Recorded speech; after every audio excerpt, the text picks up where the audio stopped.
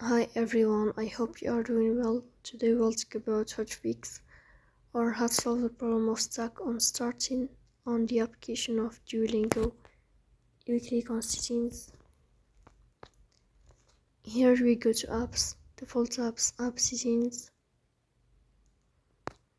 Then here we go to Duolingo app. In this page of app info, we click on first stop and we click OK.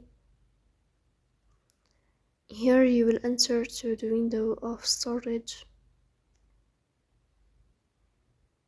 Then here we click on clear cache.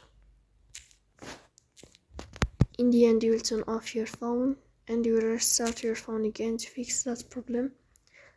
So that's all. Don't forget to support us by like and subscribe. See you next time in another video and thank you for watching.